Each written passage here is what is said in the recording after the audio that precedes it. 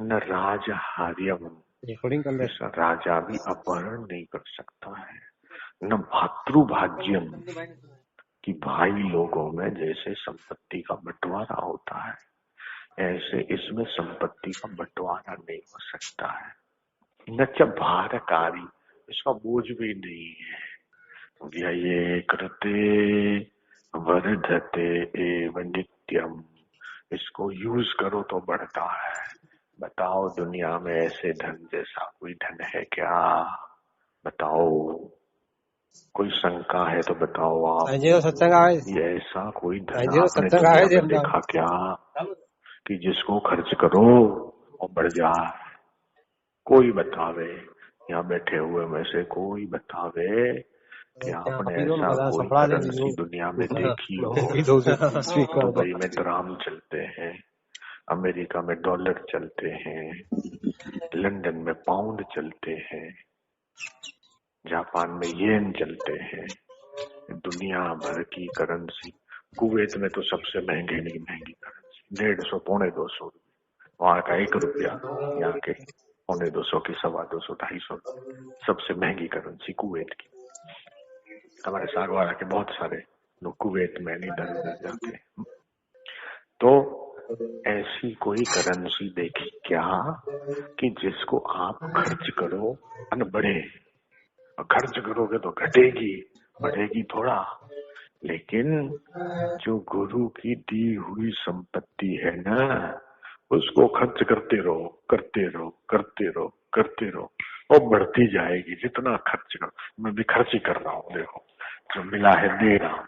इसका फोन आ रहा है, सत्संग चालू है, फैलाओ, जोड़ते चलो।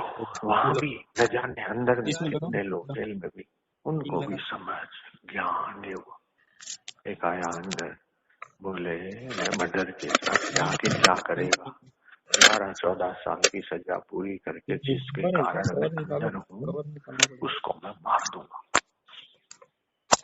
तो मार देगा तो हाँ, बोले भले मैंने वो फिर से जेल में आना पड़े लेकिन मार दूंगा। आंख के बदले आंख लोगे तो पूरी दुनिया अंधी हो जाएगी। द्वेष से द्वेष का संबंध नहीं है, वैर से वैर का संबंध नहीं है। घृणा को प्रेम से जीतो, घृणा को प्रेम से जीतो। तो वैर को निर्वैरता से जीतो, हिंसा को अहिंसा से जीतो। तो बोले, उसको समझाया, वो समझ गया। छोटा उदयपुर साइड आदिवासी इलाके का एक व्यक्ति था, फिर उसको माफी भी आ गई, छूट भी गया। तो ये है कि हमारे मन में जो है सर्वभूत हिते रतः, कि सब भूतों का हेतु हो। बापू जी के मन में किसी के लिए अहित नहीं है, शत्रु के लिए भी अहित की भावना नहीं, उसका भी कल्याण होना चाहिए। रावण का कल्याण किया राम जी ने, किया कि नहीं किया? वो जो मंथरा थी लड़ाने भिड़ाने वाली, इधर की बात उधर, उधर की बात उधर। अपने गुजराती में कही कान बेरनी चढ़ावे, कई कई को चढ़ा दिया, उसको ऐसा फिट कर दिया, ऐसा ऐसा, और उसी के इशारे पे काम हुआ, राम को वनवास हुआ। उसको भी जो माता को गति दिया, ऐसी गति राम जी ने मंथरा को दिया। कैसा हृदय होगा विचार कीजिए आप। ईश्वर और ईश्वर प्राप्त महापुरुषों का हृदय कैसा होता है? एक नहीं, दो नहीं, कितने प्रमाण दिए जा सकते हैं कि अपना हानि करे, उसका मंगल करे। मैंने तो देखा है, अनुभव किया है कि उनके चित्त में किसी के लिए अमंगल नहीं है, दुर्भावना नहीं है, उसका कल्याण होना चाहिए। तो सर्वे भवन्तु सुखी, न सबका मंगल हो। आप दूसरों का मंगल सोचोगे, करोगे, आपका अमंगल कैसे होगा? बताओ आप बताओ। आप दूसरे का कल्याण करोगे, आपका कल्याण होना ही है। आप दूसरे का हित करोगे, आपका हित होना है। आप दूसरे का उन्नति करोगे, आपकी उन्नति होनी है। कभी कभी धोखा भी मिलता है, कभी कभी धोखा भी मिलता है, लेकिन वो 100 में से 1% मिला, लेकिन 99% तो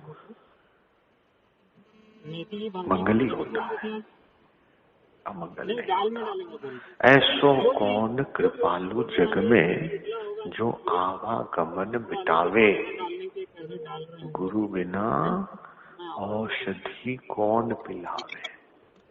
तो कभी प्यार से, तो कभी डांट से, तो कभी कैसे गुरु शिष्य की गढ़ाई करते हैं। गुरु कुंभार, शिष्य कुंभ है। घड़ी घड़ी काढ़े खोट, घड़ घड़ के उसकी खोट निकालता। तो ऐसे गुरु हमको मिले हैं, ब्रह्मवेत्ता मिले हैं। ब्रह्म ज्ञान का सत्संग सुनने का, समझने का अवसर मिला है। कि हम सब के कोई पूर्व जन्म के अच्छे कर्म है। हमारे पूर्वजों ने ऐसे कोई अच्छे कर्म किए, हमारा भी पुण्य होगा कि जो ऐसी जगह पे जन्म हुआ, फिर जन्म हुआ, फिर ऐसा वातावरण मिला, फिर कुछ और अच्छे पुण्य होंगे कि जो ये ज्ञान समझने में रुचि हुई और इस मार्ग में आगे बढ़ने का अवसर मिला। आपके भी ऐसे पुण्य होंगे, आपके माता पिता के, आपके दादा दादी के, नाना नानी के, पूर्वजों के, कि जो लाखों करोड़ों जीव संसार में हैं, उनमें से आपको ये विचार पैदा हुआ कि नहीं, मेरे को अध्यात्म के रास्ते जाना है। वैराग्य हुआ, अनासक्ति हुई, ईश्वर के लिए प्रेम हुआ, गुरु के ज्ञान में रुचि हुई और इस मार्ग पे आगे बढ़ने में तत्परता जागृत हुई, उत्साह हुआ। ये बिना पुण्य के, बिना सत्कर्म के संभव नहीं है।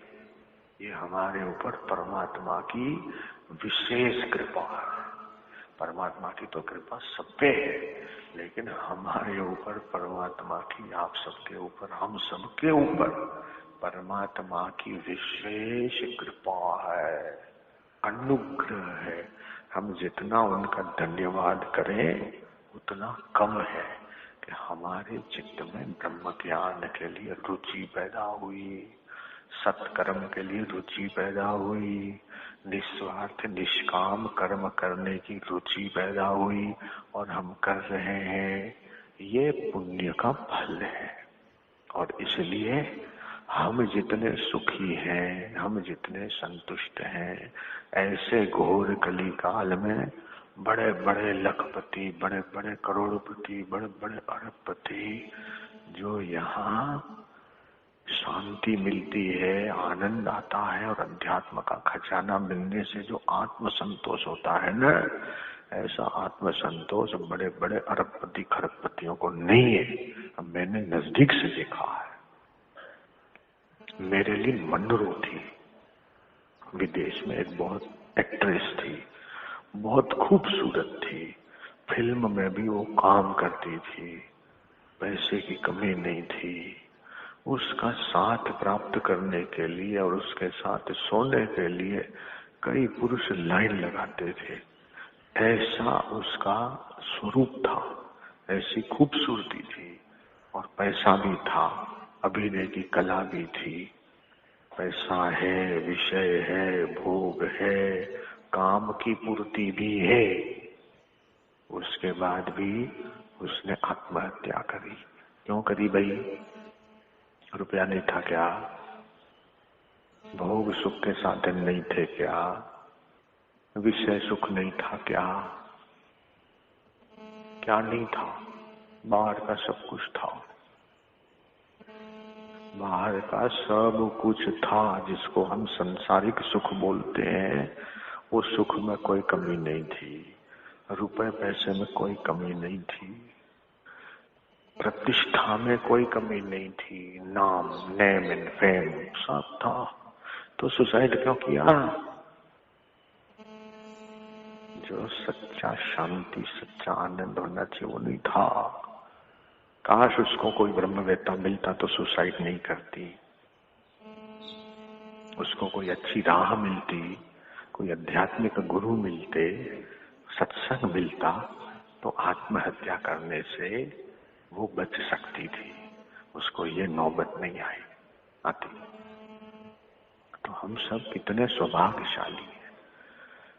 मुझे एक व्यक्ति ने कहा कि बापूजी के सत्संग से न जाने कितना क्राइम घटा है और घटता है, न जाने समाज में कितनी अशांति घटती है, कितना तनाव घटता है, डिप्रेशन घटता है। तो ये तो बहुत बड़ा काम है, जो लाखों करोड़ों रुपया खर्च करने पे जो काम नहीं हो सकता है वो काम सत्संग से होता है, गुरु के ज्ञान से होता है। लोगों को सही दिशा में लेना, सही रास्ता दिखाना, उनकी जीवन का उन्नति की तरफ कितना कितना लाभ है। तो ये लाभ हमको सहज में मिल रहा है। इस लाभ का हम एहसास करें, इस लाभ की कदर करें। सहज में जो चीज मिलती है उसकी अक्सर कदर नहीं होती है, तो हम उसकी कदर करें और अपने जीवन को जैसा गुरुदेव बनाना चाहते वैसा बनाएं। आत्मज्ञान को आत्मसात करें। विघ्न, बाधा, संकट, इनसे डरे नहीं, दबे नहीं, हौसला बुलंद रखें और जीवन की शाम होने से पहले जीवन दाता की मुलाकात करने में हम कामयाब हो जाएं। तो आप सभी को फिर से मैं धन्यवाद देता हूँ। आपके अंतरात्मा छुपे हुए परमात्मा को प्रणाम करता हूँ। आज मेरा आंखें पवन हुई, आप सबके प्रत्यक्ष दर्शन करने का सुअवसर प्राप्त हुआ, क्योंकि भक्त मिलते हैं, साधक मिलते हैं, ईश्वरीय प्रीति वाले जो व्यक्ति मिलते हैं तो उनकी ऑरा, उनका वाइब्रेशन से फायदा होता है। आप कहोगे कि हम आए, आपने हमारे दर्शन किए तो आपको आनंद आया, तो मेरे को क्या आया, मेरे को दुख मिला क्या? मेरे को भी बहुत आनंद आया। तो आपको मेरे को दर्शन करके आनंद आता है, उससे ज्यादा मुझे आपका दर्शन करने से आनंद आता है। लेकिन ये मजबूरी है कि हर रोज मैं आपका दर्शन नहीं कर सकता हूँ, फिर भी अधिक से अधिक करता रहूं, नजदीक अंतराल में करता रहूं, ऐसा मैं चाहता हूँ और ऐसी कामना करता हूँ। ईश्वर करे कि बार बार हम लोग ईश्वर के नाते मिलते रहें।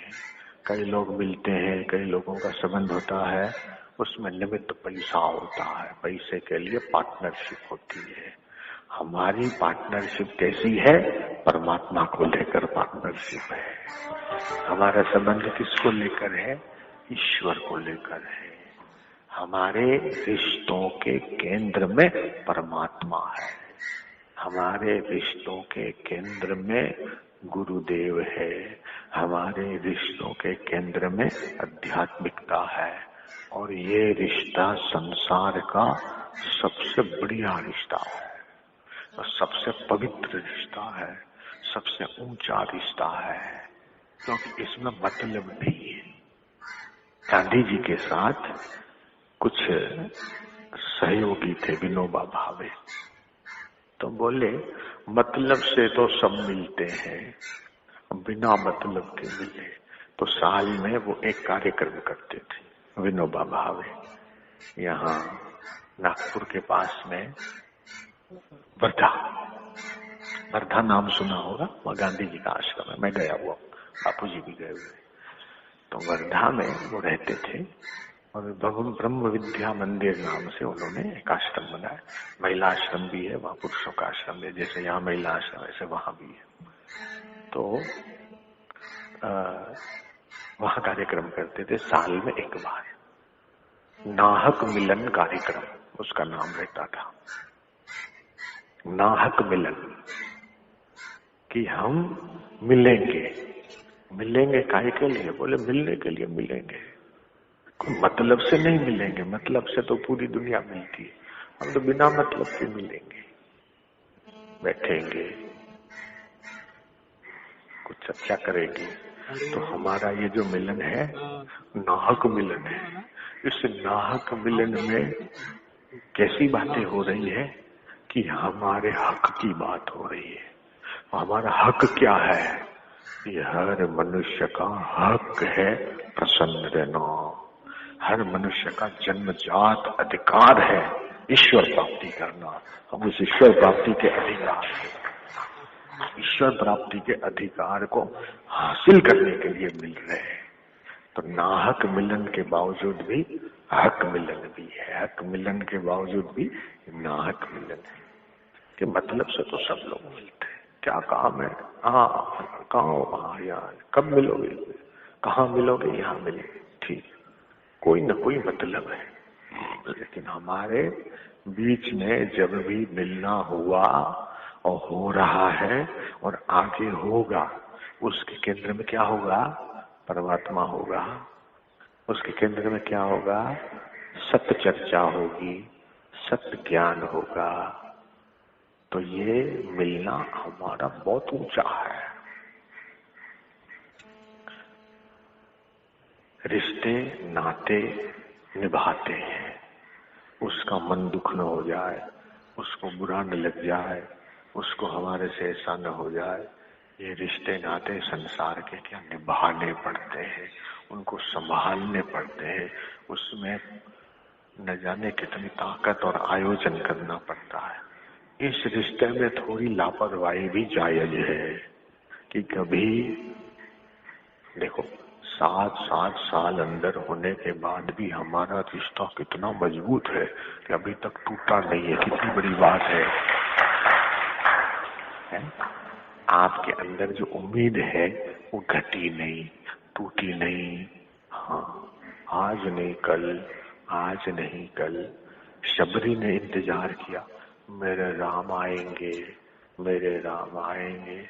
तो वो तो एक शबरी थी, इधर न जाने कितनी शबरियां बैठी है, कितने शबरे बैठे। राम आएंगे, हमारे गुरुदेव आएंगे, आज नहीं आएंगे, कल आएंगे, परसों आएंगे, इस महीने नहीं आएंगे, अगले महीने आएंगे, 2 महीने में आएंगे, 2.5 महीने में आएंगे। और फिर गुरुदेव भी, अरे चिंता मत करो, मैं आ रहा हूँ, मैं आ रहा हूँ। वो भी हमारे उम्मीद को मरने नहीं देते, हमारी आशा को निराश नहीं कराते। और जहाँ आशा है वहाँ जीवन है, और वो तो आशाओं को पूरे करने वाले राम है, तो हमको कैसे निराश करेंगे? वो पूरी करेंगे। हमारे राम हमारी आशाओं को पूरी करेंगे। ये विश्वास हमारा कमजोर नहीं होना चाहिए। जयराम जी की बोलना पड़ेगा।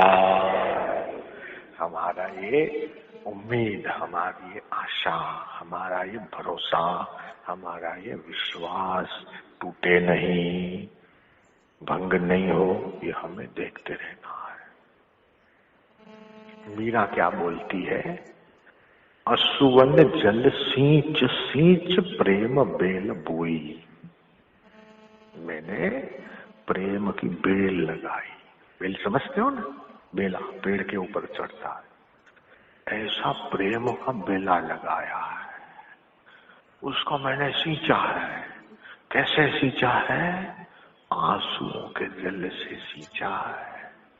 तो यहाँ भी मैं देखता हूँ, अभी महिला आश्रम गया था, इतनी बहनें पवित्र रहे, ऐसा बहनें कहाँ मिलेगी? उद्धव जी को कृष्ण ने भेजा, जाओ गोपियों के पास प्रेम का पाठ पढ़ो।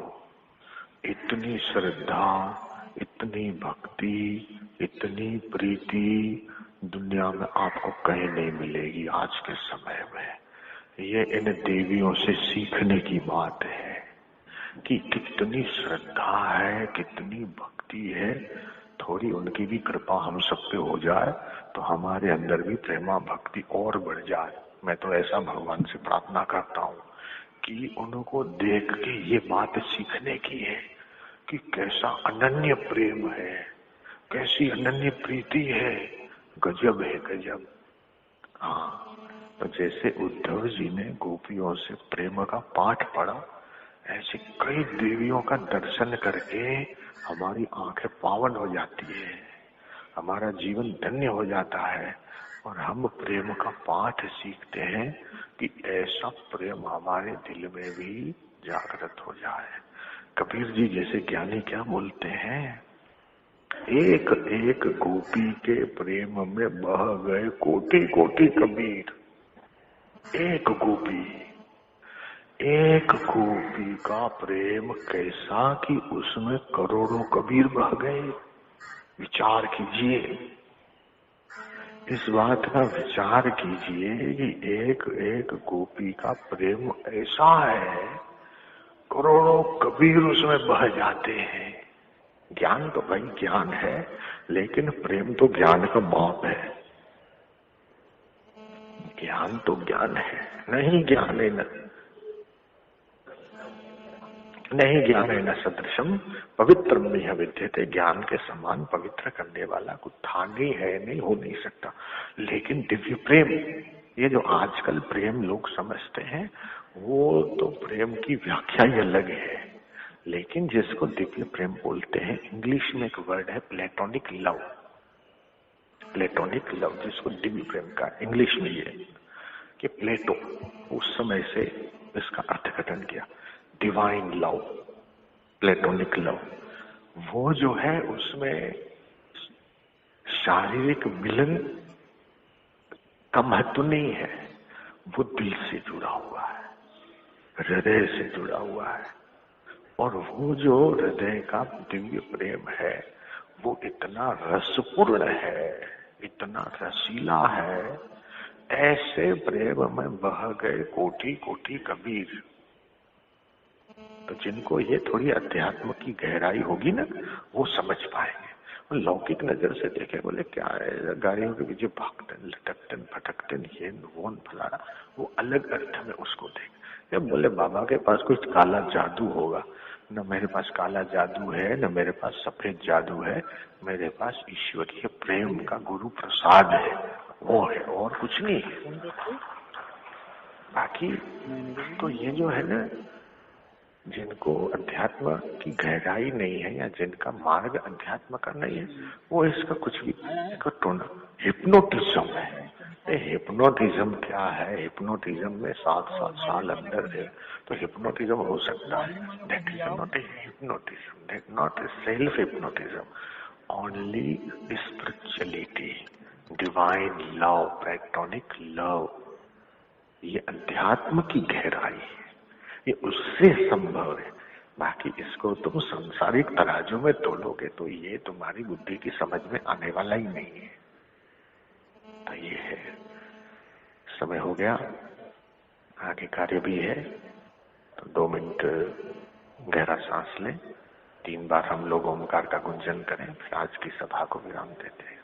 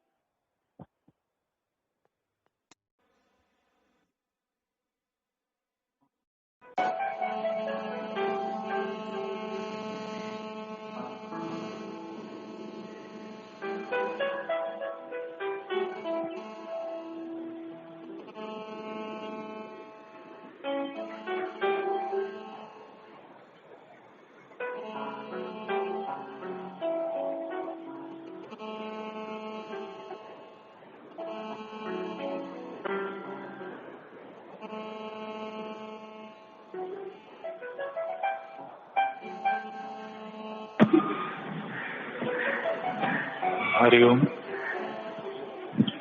कोई भी भागा दौड़ी नहीं करे, व्यवस्था बनाए रखें। जब तक साईं चले नहीं जाए हम अपने स्थान पर ही बैठे रहें। भागा दौड़ी न करें, मास्क लगा कर रखें, सोशल डिस्टेंसिंग का पालन करें, वीडियो शूटिंग न करें, किसी भी प्रकार का रिकॉर्डिंग न करें, व्यवस्था बनाए रखें। कान में सुनता हूँ। मास्क लगा कर रखें, सोशल डिस्टेंसिंग का पालन करें, भागा दौड़ी न करें, अभी बैठे ही रहें।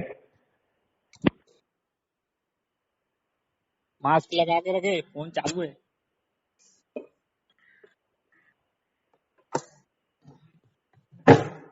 साईं जी सूरत आए नहीं, साईं जी सूरत आए नहीं यार। लिखा लाइव सत्संग मिल गया ना अपने को, अब रोज आएगा ढींग चिड़िका ढींग चिड़िका। चालू है क्या?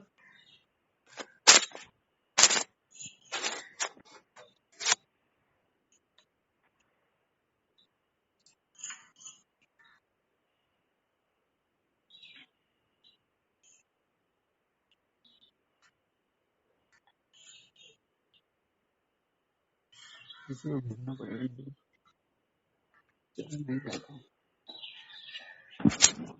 मास्क लगा कर रखें सब लोग। लगा के रखे हैं जी। कोई स्पीकर ऑन करो ना यार।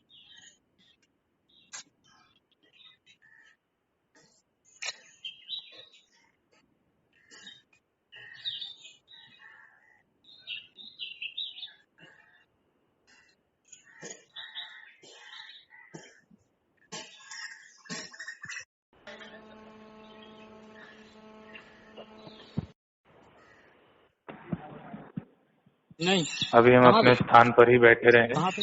हाँ पूछा जा रहा है। हाँ वो मैं तो या नेहरू भाई को बोल रहा है ना भोजन आ गया। हाँ